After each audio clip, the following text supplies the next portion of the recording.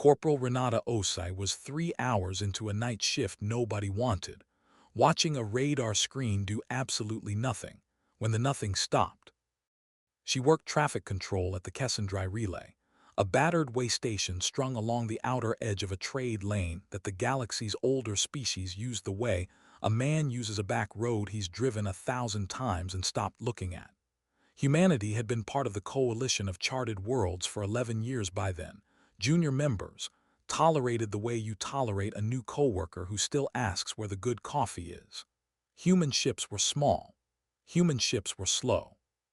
Human ships, by the standing joke of half a dozen species who had been crossing that lane for 10,000 years, looked like something a child had built out of scrap and stubbornness. Renata liked the joke mostly. She liked her job mostly. She liked the quiet.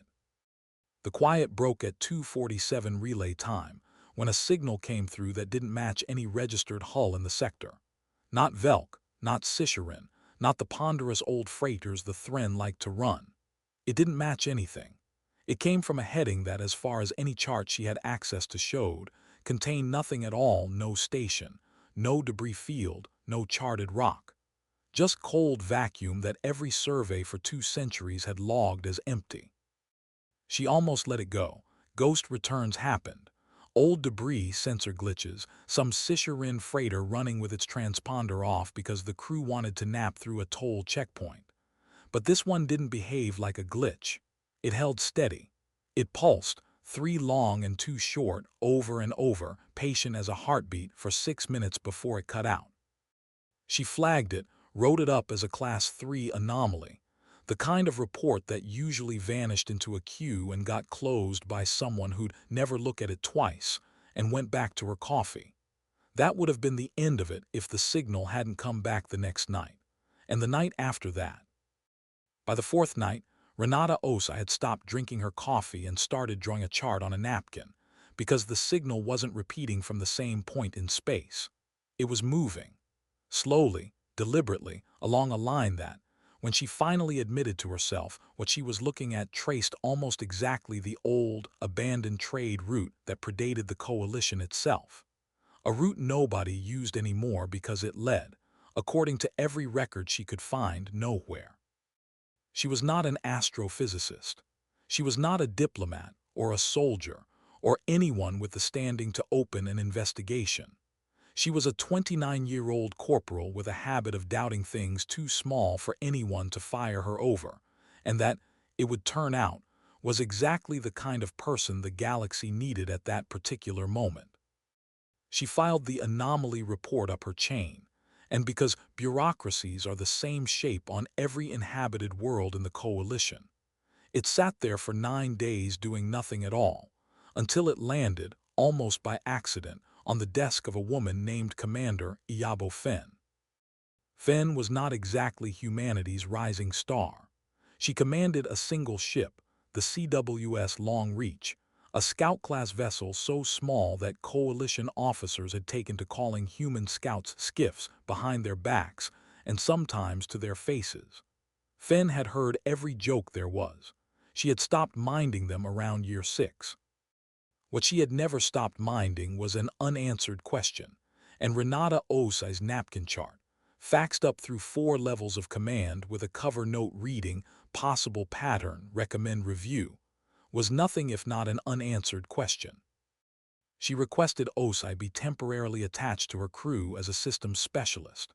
The request took 2 weeks to clear, mostly because nobody in the regional command structure could quite believe a corporal from a relay station had found something worth pulling a whole scout ship off patrol for. When it finally cleared, Fen didn't wait for a proper briefing window. She had the Long Reach underway within 6 hours, chasing a heading that led, as Renata had said, toward absolutely nothing. It took 11 days at cruise to reach the point where the signal's path, extrapolated forward, should intersect something.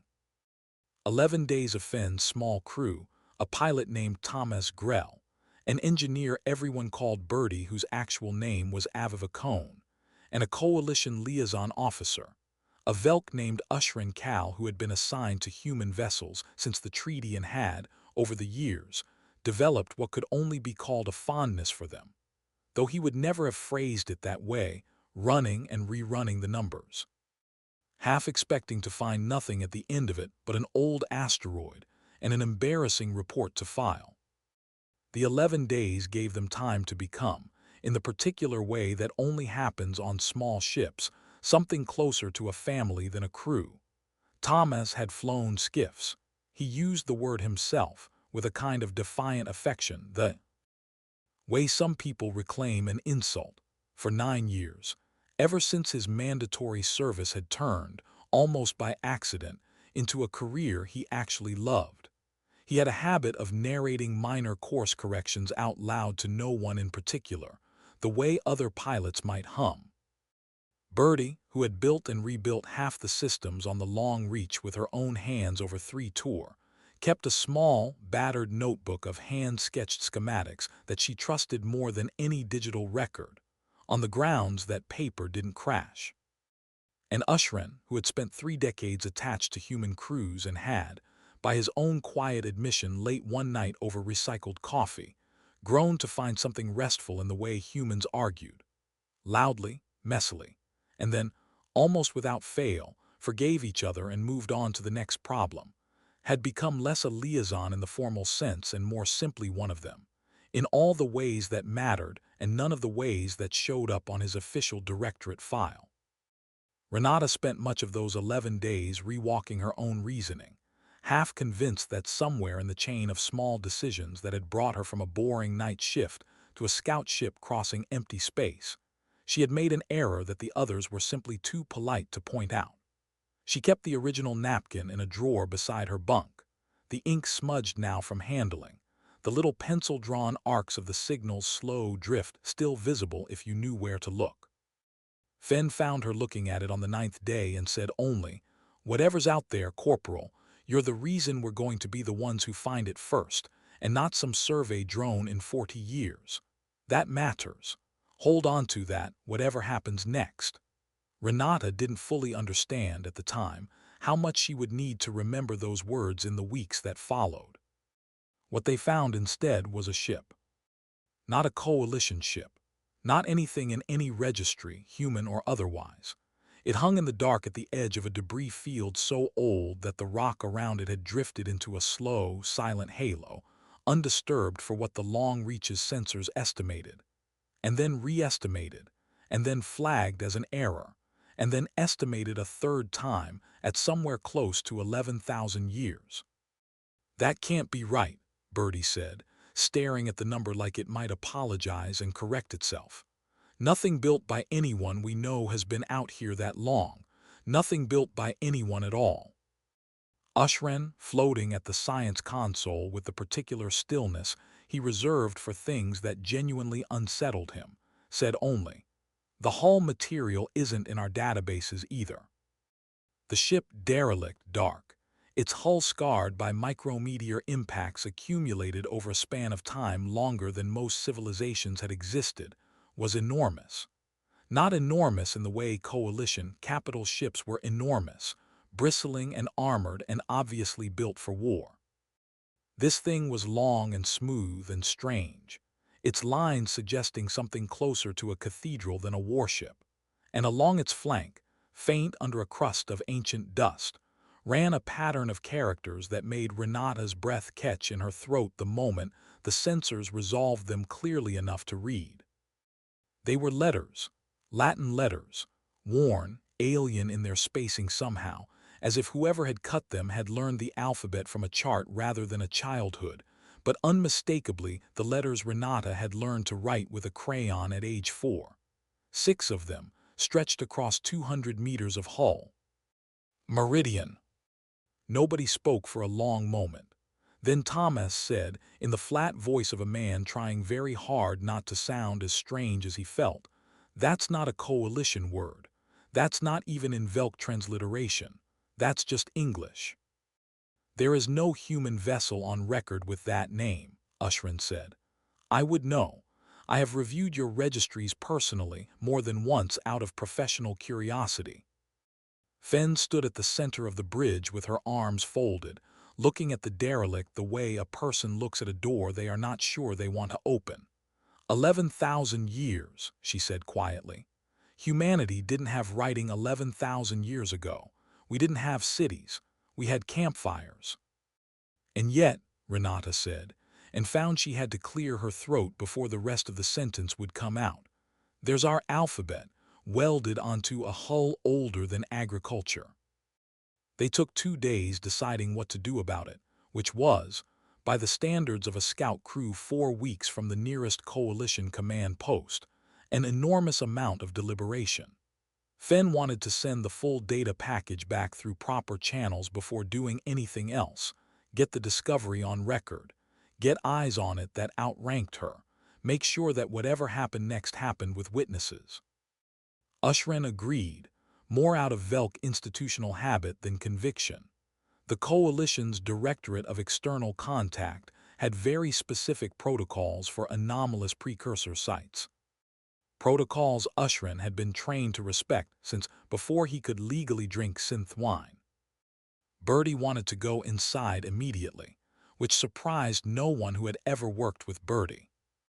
It was Renata, in the end, who tipped the balance, and she did it with a single observation that none of them could argue with. The signal, the pulse that had led them here in the first place, was still active.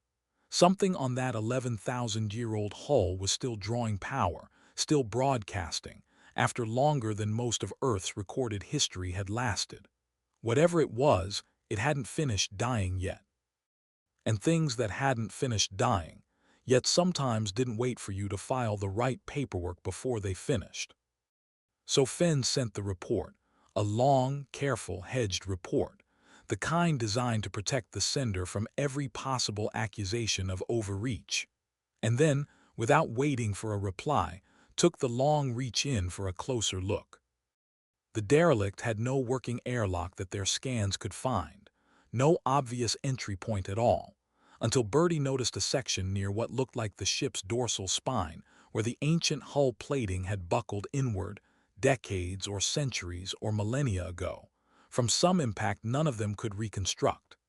It left a gap barely wide enough for a suited person to squeeze through. Fenn made the call to send in a small team, rather than try to force a larger breach. The last thing any of them wanted was to damage something they were only beginning to understand. She took Renata, Bertie, and Ushren. Thomas stayed aboard the long reach, watching the sensors, watching the dark, watching for anything that might indicate they were not as alone out here as the empty region of space around them suggested. Before they went in, Fenn insisted on 1 full day of remote survey, mapping what they could of the derelict's exterior from the safety of the long reach. It was Ushren, running comparative hull analysis against every database the Coalition had ever compiled, who first flagged the strangest detail of all. The ship's architecture bore no resemblance to any precursor site on record, and there were, he explained patiently, over the crew's shared meal that evening, a small handful of precursor sites known to the Coalition, ancient ruins and derelicts scattered thin across a dozen systems, universally attributed to a civilization so old that even the oldest Coalition member species had no direct memory of it, only inherited legend. The Directorate simply called them the Forerunners, a placeholder name for a people nobody had ever actually identified. "You're saying this ship isn't Forerunner," Bertie said. "I am saying," Ushren replied carefully, "that this ship's technology bears a family resemblance to Forerunner sites in ways I find difficult to explain by coincidence. The material science, certain structural principles, even some of the underlying mathematics embedded in what little active systems we can read remotely.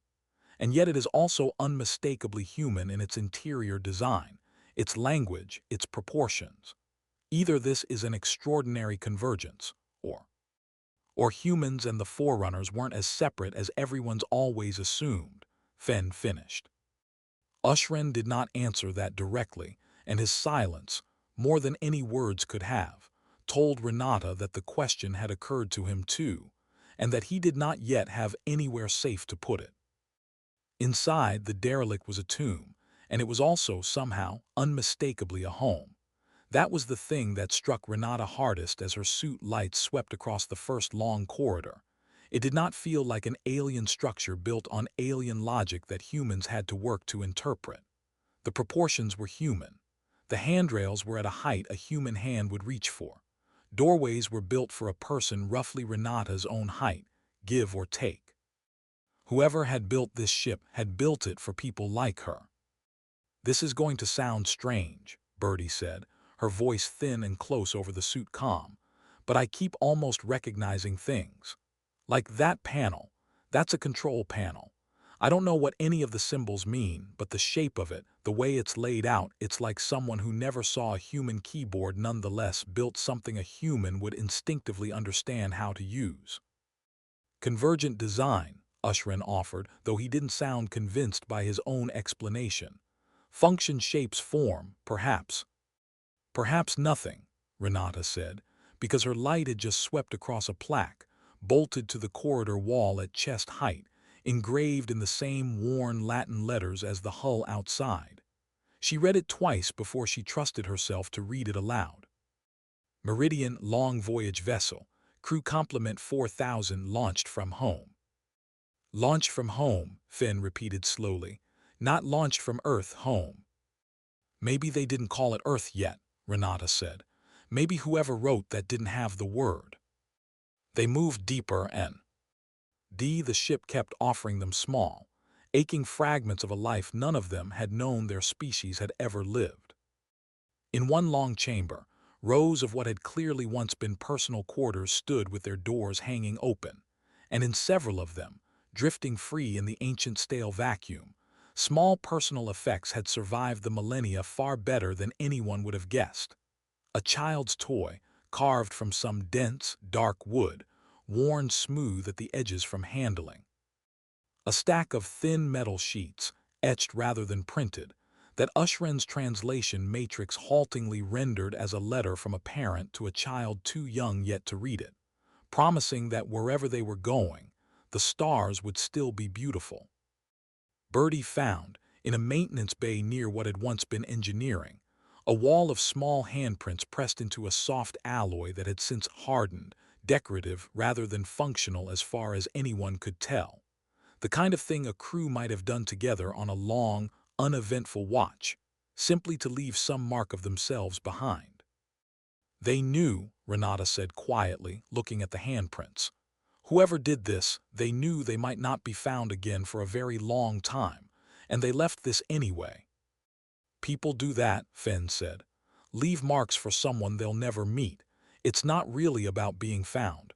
It's about not disappearing." The ship's power was almost entirely dead. Had been dead, by every indication, for thousands of years, except for one thread of active systems that ran, thin and stubborn, toward the vessel's core. It was that thread they followed, corridor after corridor, past crew quarters stripped bare, past a vast chamber that might once have been agricultural, its rows of long dead planting troughs still faintly recognizable under a shroud of ancient dust, past a wall of small sealed doors that none of them wanted to examine too closely, because Renata's suit sensors registered each of them as containing mass roughly consistent with a human body. And none of them were ready yet to think about what 4,000 crew and thousands of years of silence actually meant. At the heart of the ship they found a chamber unlike anything else aboard. Circular, high-ceilinged, lined with what looked almost like coalition data crystal, but wasn't. Ushrin confirmed that much within seconds of getting a sensor reading. And at its center, a single dais, upon which sat a device that was, unmistakably, still drawing power. It hummed, faint and low, a sound that had apparently been running continuously since before the pyramids were built. "That's your signal," Fenn said quietly. "That's what Renata heard." Renata approached it slowly. Up close, the device resolved into something almost disappointingly simple in appearance. A smooth, dark column waist-high, its surface unmarked except for a single recess panel near its base, glowing a faint, patient amber. She crouched and found, beside the panel, a smaller plaque, and on it, 4 words in the same worn human lettering as everything else on the ship. For whoever finds this. Should we? Bertie started. Yes, Fenn said, before Bertie had even finished the question, and there was something in her voice that told Renata this was not really Fenn the careful commander speaking, but Fenn the person who had spent 11 days chasing an unanswered question and was not now, at the threshold of the answer, going to pretend she didn't want it. Renata pressed her gloved hand to the amber panel. The chamber woke. Light bloomed along the walls in patterns none of them recognized, resolving after a moment into something that might have been a star chart, or might have been something else entirely, a memory, an idea, none of them could say for certain. And then, from the column itself, a voice began to speak, low and warm and unmistakably, achingly human, in a language none of them had ever studied but which some deep, wordless part of Renata's mind understood anyway, the way an infant understands a lullaby before it understands the words. The ship systems, evidently anticipating exactly this confusion, layered a translation over it a heartbeat later, rendered in careful, slightly formal coalition standard English, as if the recording itself had been waiting 11,000 years for someone to need it explained. If you are hearing this, the voice said, then the long watch is over, and I am glad because I have been afraid for longer than I can easily describe that no one ever would. Before I tell you what came next, and there is a great deal more to tell, more than any of the 4 of them standing in that chamber were prepared to hear in a single sitting, I want to pause the story here for just a moment, the way you might pause on a long walk to catch your breath before the trail gets steep. If a tale like this one is the kind of thing you enjoy turning over in your mind late at night, wondering what you would have done standing in Renata's boots, staring at that amber light, consider subscribing, so that whichever thread of humanity's forgotten past this channel finds next, you don't miss the unraveling of it. Now, back into the dark and back to that voice, which had been waiting a very long time to be heard. My name, the recording continued, was Dr. Aline Marchetti. If your translation systems are working correctly, you will understand this recording regardless of how much time has passed, and I confess I do not know how much time that will be. I am recording this in what my crew and I have taken to calling year 1 of the long voyage, though truthfully none of us are certain any longer what year it is by the old reckoning, because we have been asleep in stages for longer than any of us intended. We left home a very long time before you are hearing this. I do not know if home even remembers we existed. That is, in fact, the thing I most need you to understand, and the thing I am most afraid you will not believe. There was a time before your written histories, before the memory of your species had settled into anything like the shape it wears now, when humanity was not new to the stars. We were not first among the peoples who crossed them, but we were there. We built ships very much like this one, and we sailed them slowly, patiently, the way people sail who have not yet learned to cut corners on the universe's own laws. We made contact with others. We traded, we argued, we made alliances and broke them, exactly as any young species does when it first discovers it is not alone. And then something happened to us. I do not have the full account, I wish I did, but the fragments my crew carried with them, passed down as half-legend by the time they reached me, spoke of a war. Not a war we lost by force of arms, but something worse. A war of unmaking, in which an old and frightened power reached backward into the very fabric of what carries memory and meaning across a civilization, and erased us from every record they could touch. Not killed us outright, that apparently was considered too costly, too likely to provoke retaliation from allies we had made. Instead, they erased the evidence that we had ever been out here at all. They scattered what remained of our starfaring people, sealed away or destroyed our archives, and sent the survivors home to Earth, stripped of ships, stripped of star charts, stripped, eventually, even of the memory of what they had lost, because grief without context does not pass down cleanly through generations. It curdles into myth, and then into nothing at all. Most of us went home and became, over centuries, ordinary again. Farmers, builders, people who looked up at the night sky and felt only wonder with no ache of memory beneath it because the memory itself had been taken. But not all of us agreed to forget. A handful of crews, mine among them, chose instead to stay out here, to keep this ship running on the barest thread of power we could manage, to watch, and to wait, on the chance that our people would one day climb back up into the dark on their own, and that when they did, someone should be here to tell them the truth their own ancestors had been made to forget. We built the Meridian not as a warship, but as a witness. A very patient, very tired witness. The recording paused there, an actual pause, deliberate, as if even after so many thousands of years, the woman recording it had needed a moment to steady herself before continuing. And in that pause, none of the four people standing in the chamber said a single word. Renata realized distantly that she was crying inside her helmet, and that she did not particularly care. "I do not know," Dr. Marchetti's voice went on, "whether the power that did this to us still watches the stars, or whether it too has faded into myth by the time you hear this. I do not know whether the species you now call allies were complicit, or whether they too have forgotten, in their own way, that we were ever more than the primitive latecomers they perhaps now believe us to be. I have tried, across the long silence of this vigil, not to hate anyone for what was done to us, because hatred does not keep well across 10,000 years. It turns brittle and it breaks, and what is left afterward is not useful to anyone.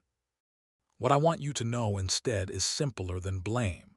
It is this: you are not new. You were never new.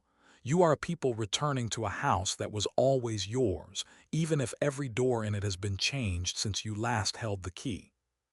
Whatever the ships of your present look like to the eyes of those who forgot you, however small, however primitive they seem in the comparisons others draw, know that your ancestors once sailed farther and paid a higher price for that sailing than perhaps any other people in this arm of the galaxy. That is not a boast. It is simply the truth, and the truth, I have come to believe, is the only inheritance worth protecting. There is more aboard this ship than my voice. There is a full archive, star charts as they stood before the erasure, genealogies, the names of every crew member who sailed and every crew member who chose, instead, to go home and forget. I have left it all for you because it belongs to you, and because I am tired, and because I think at last that my watch is nearly done. Whoever you are, whoever finds this, welcome home." The recording ended. The amber light dimmed, but did not go out entirely, settling instead into a slow, steady pulse. The same three long, two short pattern that had first caught Renata's attention on a boring night shift that now felt like it belonged to a different life entirely.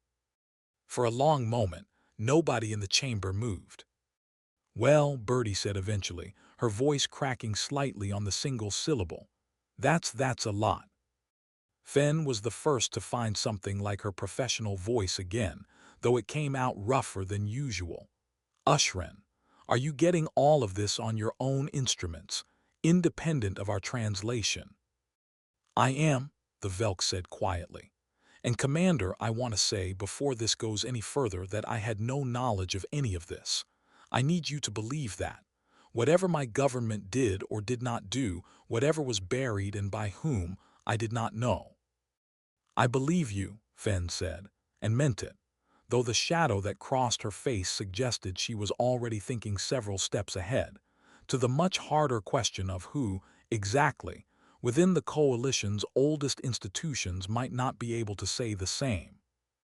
In the days before Vantresh's ship arrived, while they still had the Meridian to themselves, the four of them returned twice more to the archive chamber, unwilling to leave the ancient vessel's secrets untouched a moment longer than necessary, half suspecting, without ever quite saying it aloud, that whatever authority eventually took charge of the site might not be in any hurry to let them back in.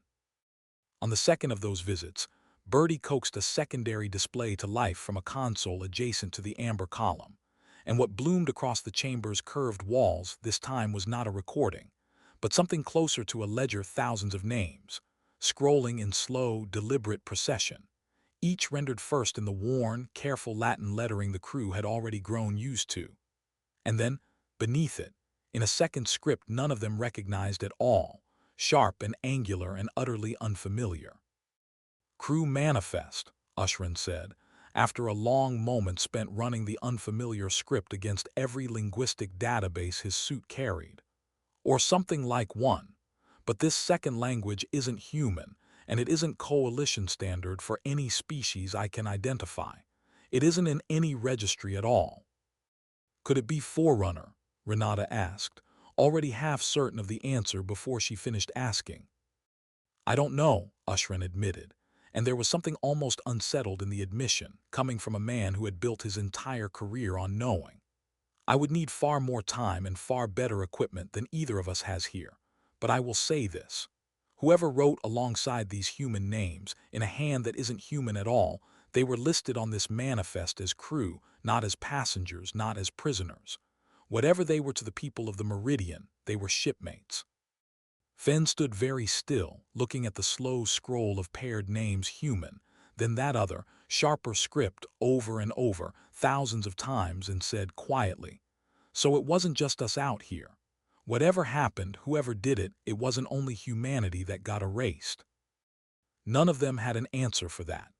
It was, Renata would think later, the first moment the discovery had truly stopped being a story about humanity alone and become something larger and stranger and far less finished than any of them were prepared for.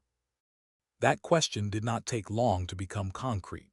The moment the long reach transmitted even a partial summary of what they had found back toward Coalition Command, a summary Fenn insisted on sending in full, over Ushran's cautious suggestion that perhaps a more measured, staged disclosure might serve everyone better.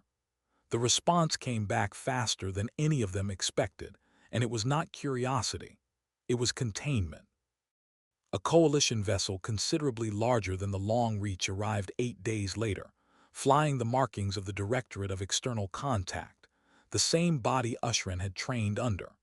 Its commanding officer, a Ciceran administrator named Director Seal Vantresh, boarded the Long Reach with the particular calm of a man who had spent a long career making enormous problems disappear quietly, and who fully expected this to be another one of those problems. "Commander Fenn," Vantresh said, in the measured tones of someone reading from a script he had rehearsed on the way over, "the Directorate commends your crew's diligence in this discovery and will of course ensure the site receives the full and careful study it deserves." A pause, precisely timed. "Under Directorate jurisdiction, effective immediately, your report and any data your crew has gathered will be transferred to our custody for classification and review." "Classification," Renata repeated, from where she stood near the back of the small briefing room, not quite believing what she'd heard. "You want to classify a message from actual human history, from our history." Vantresh's expression didn't change, which was, in its own way, worse than if it had. "Corporal, I understand this is a great deal to absorb, but you must appreciate the delicacy of what you've stumbled into. If the account in that recording is accurate, and I stress if it implicates events and potentially parties that predate the founding of this coalition, by a margin so vast that the diplomatic consequences of premature disclosure could be severe, for every species involved, including, I would point out, your own. Humanity is 11 years into coalition membership. Do you truly wish your species' first major act on the galactic stage to be an accusation leveled at half the founding members, based on a single recording of uncertain provenance?" "It's not an accusation," Fenn said evenly. "It's a testimony. There's a difference, and I think the crew that recorded it would have wanted people to know it." "I don't dispute your interpretation, Commander. I dispute the wisdom of acting on it before it has been properly verified, contextualized, and frankly, before your own government has had the chance to decide how it wishes this to be handled. This is precisely the kind of situation where a body like the Directorate exists to prevent well-meaning people from causing harm they cannot foresee." "There's also the matter of the second manifest," Ushran said, and Renata watched Vantresh's carefully composed expression falter, just slightly, for the first time since he'd boarded. The non-human names, Director, listed as crew. If the Directorate genuinely has no prior knowledge of any of this, I would expect that detail to trouble you as much as it troubles us. For a moment, Vantresh said nothing at all, and in that silence, Renata thought she saw something that looked almost like genuine uncertainty cross the old administrator's face. Not the calculated stillness of a man managing a crisis, but the unguarded pause of someone confronting a question he had not personally anticipated and did not yet know how to file. "I was not aware of a second manifest," he said finally, and something in his tone suggested, for the first time, that he might actually have been telling the truth. "That detail did not appear in your preliminary report." "It wasn't in the preliminary report," Fenn said, "because we only found it 2 days ago, and because, Director, with respect, I am no longer entirely certain how much of what your directorate does or doesn't officially know can be taken at face value, given what we've just spent the last several minutes discussing." It was not an accusation Vantresh could easily dismiss, and to his credit, he did not try. He simply requested, formally, that the detail of the second manifest be added to the record pending review, and said little else for the remainder of the meeting. Though Renata noticed, in the days that followed, that his subsequent communications with the Directorate's higher offices grew noticeably more clipped, more guarded, as though he too had begun quietly wondering how far up the chain the not knowing actually went. It was Ushrin, of all people, who spoke next, and the fact that it was a Velk liaison officer, not a human, who first pushed back against a fellow coalition official seemed to catch Vantresh more off guard than anything Fenn or Renata had said. "Director," Ushrin said carefully, "I have served the Directorate for 31 years.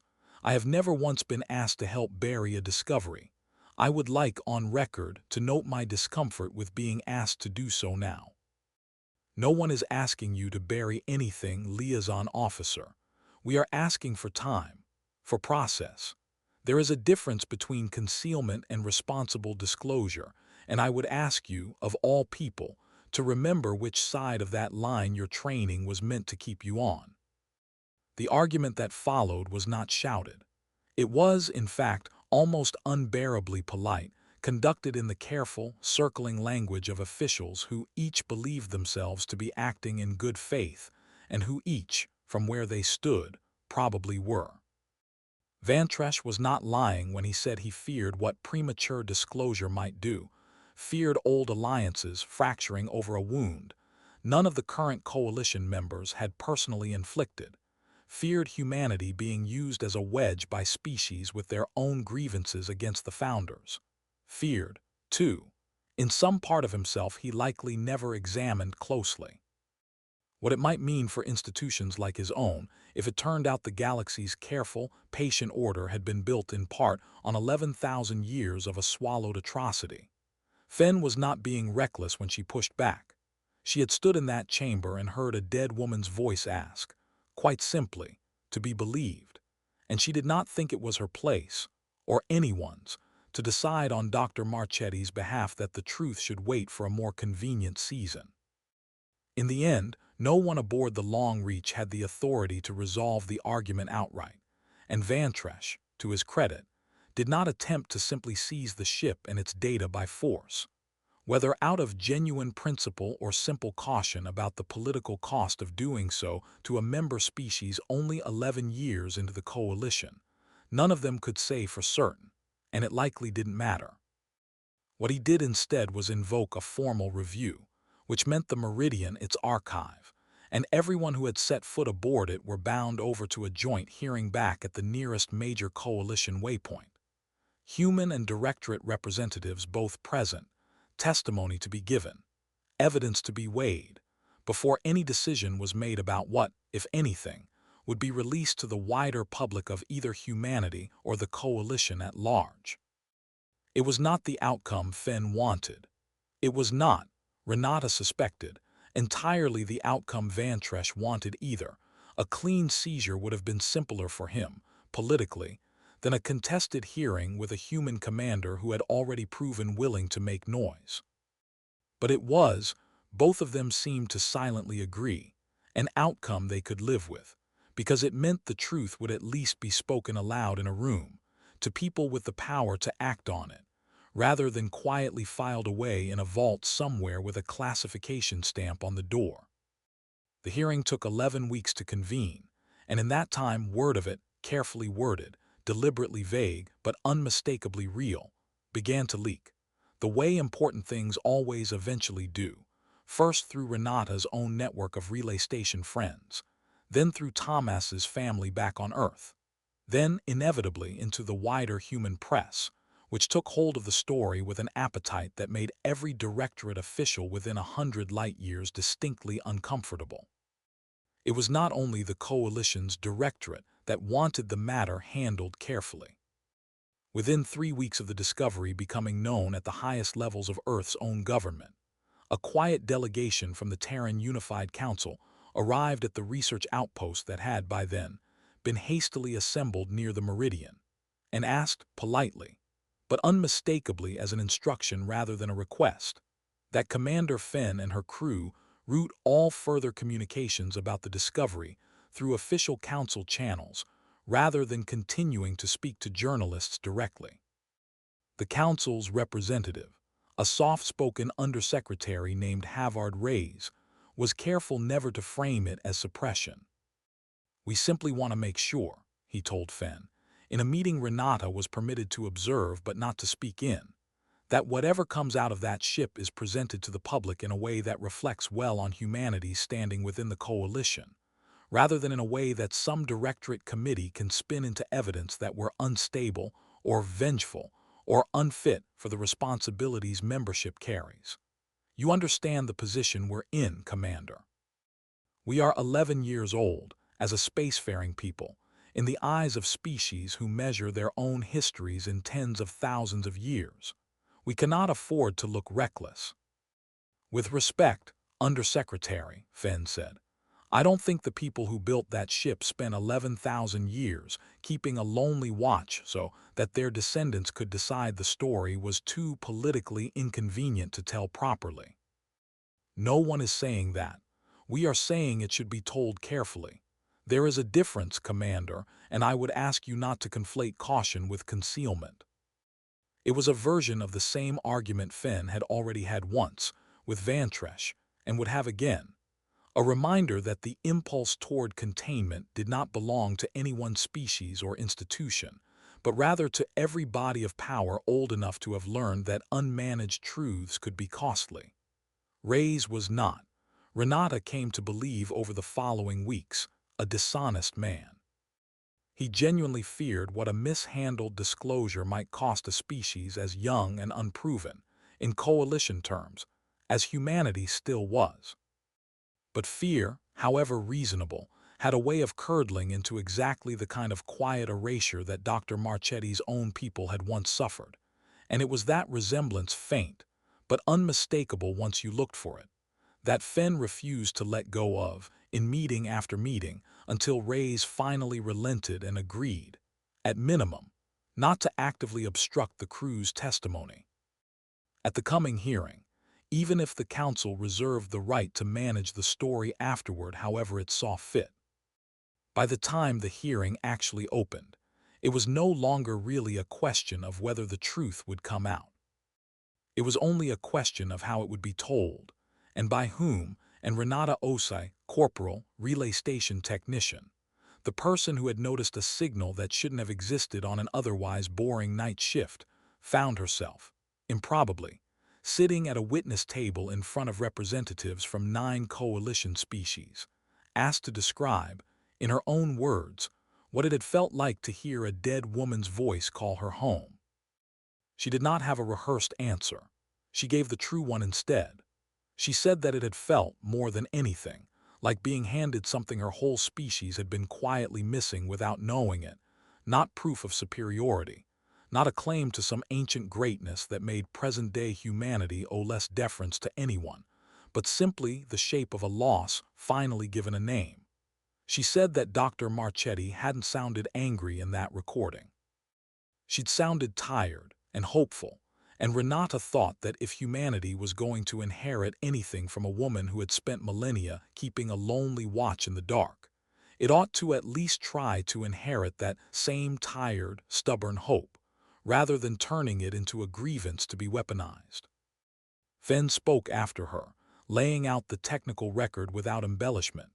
The signal, the transit, the derelict's confirmed age, the archive's internal consistency across thousands of cross-reference fragments, all of it verified independently by 3 separate coalition science teams in the intervening 11 weeks, none of whom had found a single indication of fabrication. She did not ask the delegates for sympathy.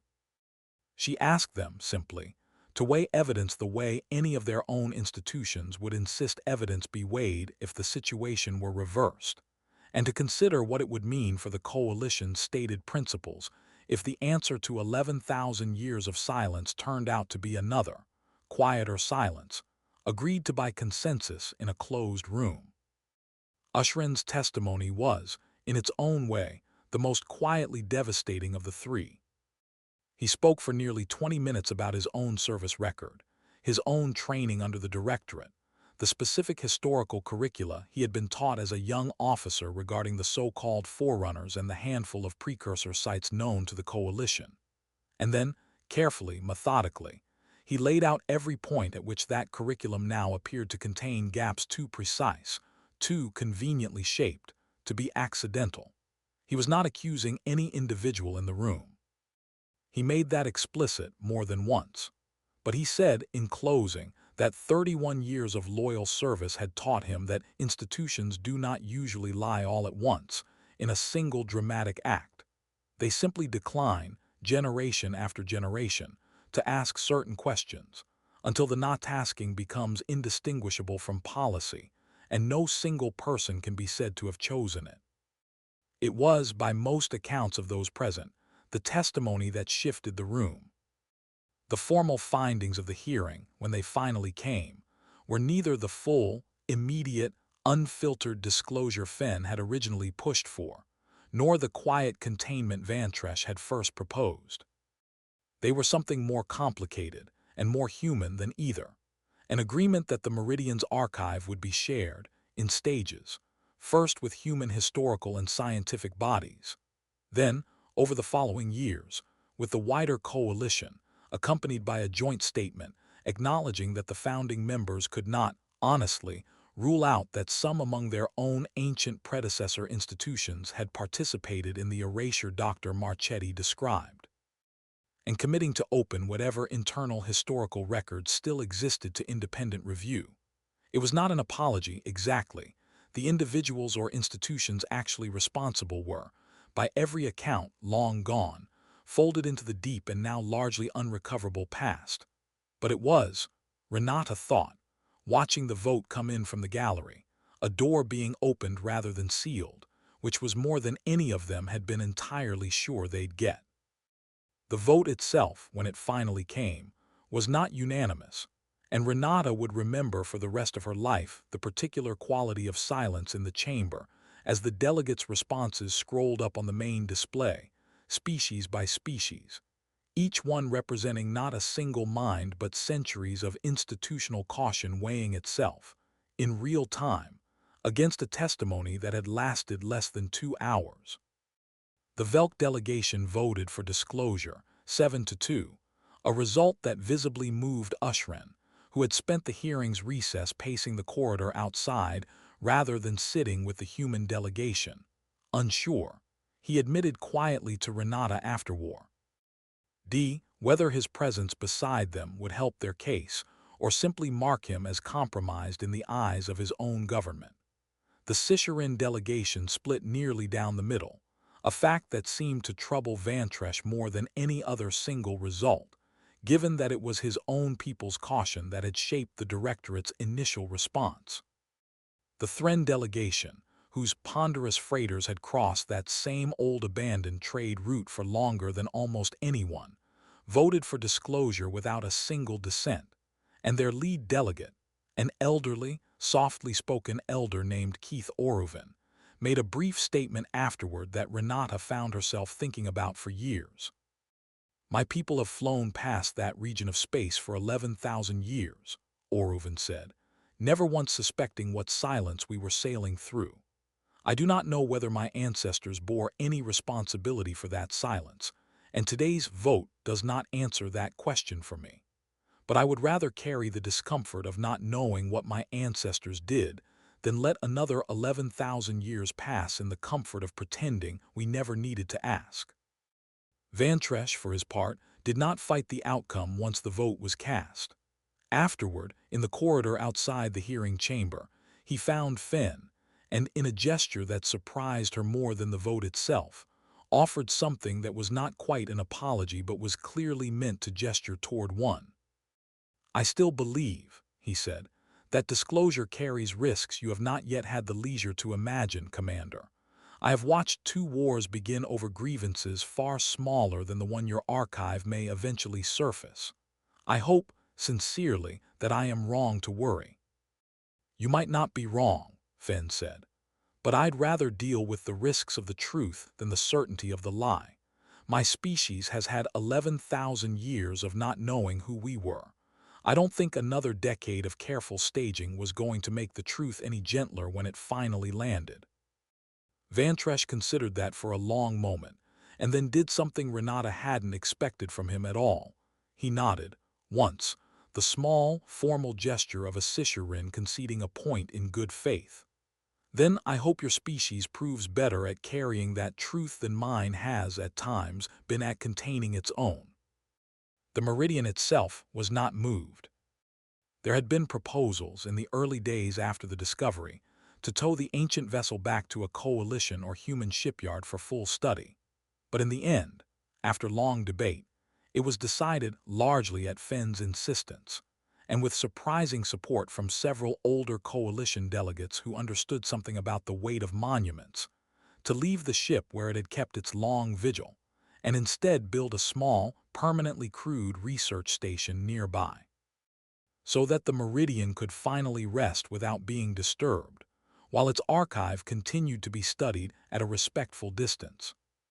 The crew of the Long Reach scattered, in the months after the hearing, the way people often do after living through something enormous together, not out of any falling out, but simply because the shape of ordinary life reasserts itself, eventually, even after the extraordinary. Thomas returned to piloting, though he requested, and was granted, a permanent rotation on the small supply runs that served the new research outpost. Unwilling, he said, only half joking, to let anyone else have the job of flying the last leg of the journey home. Ushren was recalled to Directorate Headquarters for an extended review of his own conduct during the affair, a review that concluded, after 4 long months, with no disciplinary action, and to his quiet surprise, a formal commendation for what the review board carefully termed sustained ethical clarity under institutional pressure, language so bureaucratically cautious that Ushren kept a printed copy of it pinned in his quarters largely for the joke of it. He requested, and was granted, permanent reassignment as senior liaison to the joint research effort, a posting most Velk officers of his seniority would have considered a demotion, and which he considered, by his own account, the best assignment of his career. Fenn was offered, not long after the hearing concluded, a promotion that would have moved her into a desk posting overseeing coalition human relations more broadly, a significant honor, and one that would have made her, at a stroke, one of the most senior human officers in the entire coalition structure. She turned it down. When Renata asked her why, on one of the last evenings before the crew formally dispersed, Fenn considered the question for a long moment before answering. "Because somewhere out past the edge of every chart we've got," she said, "there are more doors like the one we opened. Not because I think there's another Meridian sitting out there waiting, though maybe there is, but because I spent 11 years listening to people joke about how small and slow our ships were, and I never much minded, because I always figured that just meant we noticed things the bigger ships sailed straight past. I'd rather keep doing that than sit behind a desk telling other people how to do it. Renata volunteered for the first rotation of that station, without a second thought. She was there, 8 months later, standing in the observation gallery with a fresh cup of coffee she'd actually had time to finish, when Birdie, who had also volunteered, unsurprisingly, and had by then all but moved into the Meridian's old data chamber, came through with a tablet in hand and an expression Renata had learned to recognize as meaning she'd found something. "There's more," Birdie said, "buried deeper in the archive than we'd gotten to yet. Not another message, not from Marchetti anyway. Older. A partial star chart from before the erasure showing routes none of our current maps have any record of. Whole regions. It's like there was an entire second layer to the galaxy that got folded away with us, and we're only now starting to see the edge of it." "Do we know where it leads?" "Not yet. Some of it doesn't even correspond to anything in current coalition space. Coordinates that don't map cleanly onto stars we can identify, like something shifted or been deliberately scrambled. Ushrin thinks it might take years just to reconstruct the reference points enough to know what we're actually looking at." "And the Forerunner question," Renata asked. "Did anyone ever get further on that?" Birdie's expression did the particular thing it always did when a subject genuinely excited her and genuinely unsettled her at the same time. "A little. Not enough. There's a section of the archive deep, encrypted in something none of our systems fully recognize, layered under the parts Marchetti clearly meant for us to find easily, that keeps returning partial matches against Forerunner site data whenever we run comparisons. Like whoever built the deep encryption wanted it findable, eventually, but only by people patient enough, or maybe advanced enough, to actually get through it. Ushrin thinks it might be older even than the Meridian itself. Might have been carried aboard, rather than built into her." "Carried aboard by who?" "That," Birdie said, "is the part nobody can answer yet. Marchetti's recording never mentions it directly. Maybe she didn't know either. Maybe that's a door the Meridian's crew found and chose to leave shut for whoever came after them the same way they left the message for us." She shrugged, a small, oddly peaceful gesture. "I used to hate not knowing things. Working out here changes that a little. Some doors are supposed to stay closed for a while, gives the next people something to open." Renata thought about that for a long moment, turning her cooling coffee slowly in her hands. In the months since the hearing, she had watched humanity's relationship to its own myth shift in ways she was still not entirely used to. Old stories that had once seemed like simple folklore, scattered flood myths, and half-remembered tales of skyborne ancestors found in cultures with no recorded contact with one another, were suddenly being re-examined by historians and linguists with a seriousness that would have seemed absurd a year earlier. None of it was proof of anything. But it had given a great many people, her own family included, a strange and unexpected sense of continuity with a past they had never known to grieve. "I got a message from my grandmother, you know," Renata said, after the hearing footage went public. She said her own grandmother used to tell a story about people who came down from the stars long before anyone could remember, and that everyone in the family always assumed it was just something old people said to explain why the world felt so strange sometimes. She wanted to know if I thought it was true. I told her I didn't know. I still don't. But I don't think it not being provable makes it worth throwing away, either." Renata looked out through the gallery window at the Meridian itself, still hanging quiet and patient in the dark, exactly where it had hung for 11,000 years. Its hull lit now by the soft running lights of the little research station humanity had built beside it out of something that was not quite gratitude and not quite grief, but some third thing that didn't yet have a proper name. "Good," she said after a moment. "Let it take years. I think we've got the time." She thought but did not say aloud of Dr. Marchetti's voice in that chamber, and of the 4,000 names Ushrin's team had slowly, painstakingly recovered from the ship's old crew manifests, most of them still unclaimed by any living family, waiting the way the ship itself had waited, for someone, eventually, to come looking.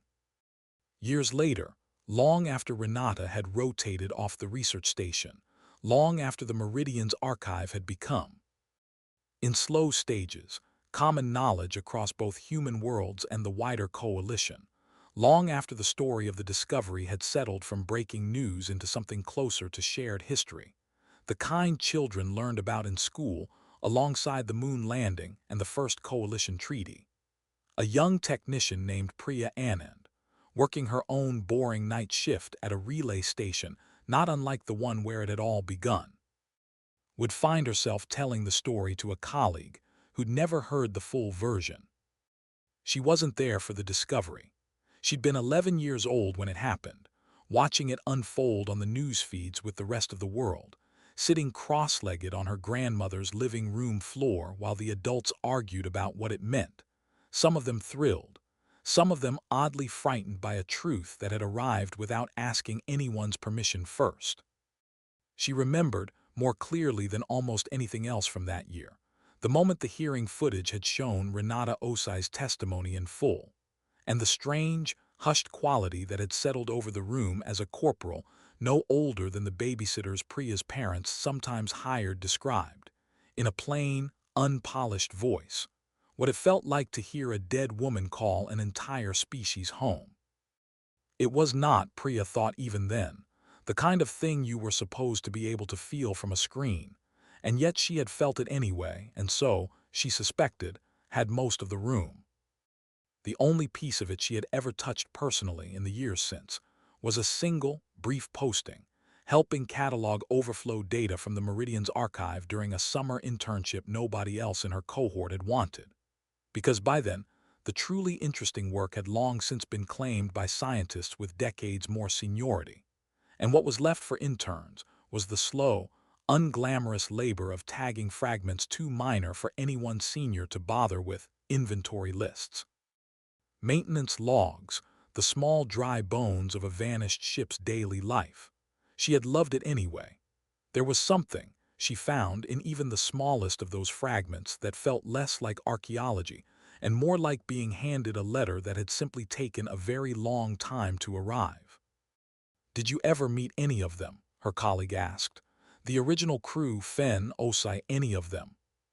"Just once," Priya said, staring out at the dark beyond the relay's viewport, where somewhere, unimaginably far off, an old ship was still keeping its quiet company with a handful of researchers who had chosen, like the ones before them, to stay. Osei came through on an anniversary tour, gave a talk to about a dozen of us interns. I don't even remember most of what she said, but I remember she told us the ship never really finished talking. There's still parts of that archive nobody's cracked yet, whole sections of the star charts that don't line up with anything we know." "That doesn't bother you, not knowing?" Priya thought about it for a moment, watching the slow, familiar blink of routine traffic lights sweep across her own screen, and found, to her own quiet surprise, that it didn't. "No," she said, "I think that's the part I like best." Her colleague, a young Thren engineer named Os, seconded to the relay for a 6-month rotation, who had grown up hearing his own grandfather's half-embarrassed stories about the vote his people had cast that day, back when he was young enough to still be proud of it without understanding why, considered that answer for a while before speaking again. "My grandfather used to say," Os offered, "that the worst thing about a long silence isn't what's hidden inside it. It's that you stop expecting anything to ever come out of it at all. He said that's the real damage, not the erasure itself, but what it teaches you to expect from the universe afterward." He glanced toward the dark beyond the viewport, in the general direction, though neither of them could have pointed to it exactly, of a small research outpost keeping company with an old ship neither of them had ever seen with their own eyes. "I think that's why people still talk about it, even now. Not because it's finished, because it proved the silence could still be broken. That maybe all the others can too, eventually, if somebody's patient enough, or stubborn enough, to keep listening on a night nobody else thinks is worth staying awake for." Priya didn't answer that right away. On her own screen, the relay's traffic display blinked through its familiar, uneventful rhythm, ship after ordinary ship crossing a lane that had, for 2 centuries, been assumed to hold nothing of interest at all. The same lane. She sometimes reminded herself on slow nights, where somebody just like her had once sat listening to a signal that wasn't supposed to exist. She thought about Renata Osei's napkin, which she had seen once, preserved now behind glass in a small exhibit that had been quietly assembled at the outpost, the ink fad. Ed nearly to nothing, the pencil arcs still just barely visible if the light caught them right. She thought about how easy it would have been for that signal to be logged, filed, and forgotten, the way 10,000 ordinary anomalies were forgotten every year across 100 relay stations just like this one. "I hope it does," she said finally. "Break the others, I mean, whatever's still out there." She looked back down at her own quiet screen, at the long, uneventful dark it watched over, and found she meant it more than she'd expected to when she started the sentence. "Somebody's got to be the one who doesn't stop looking."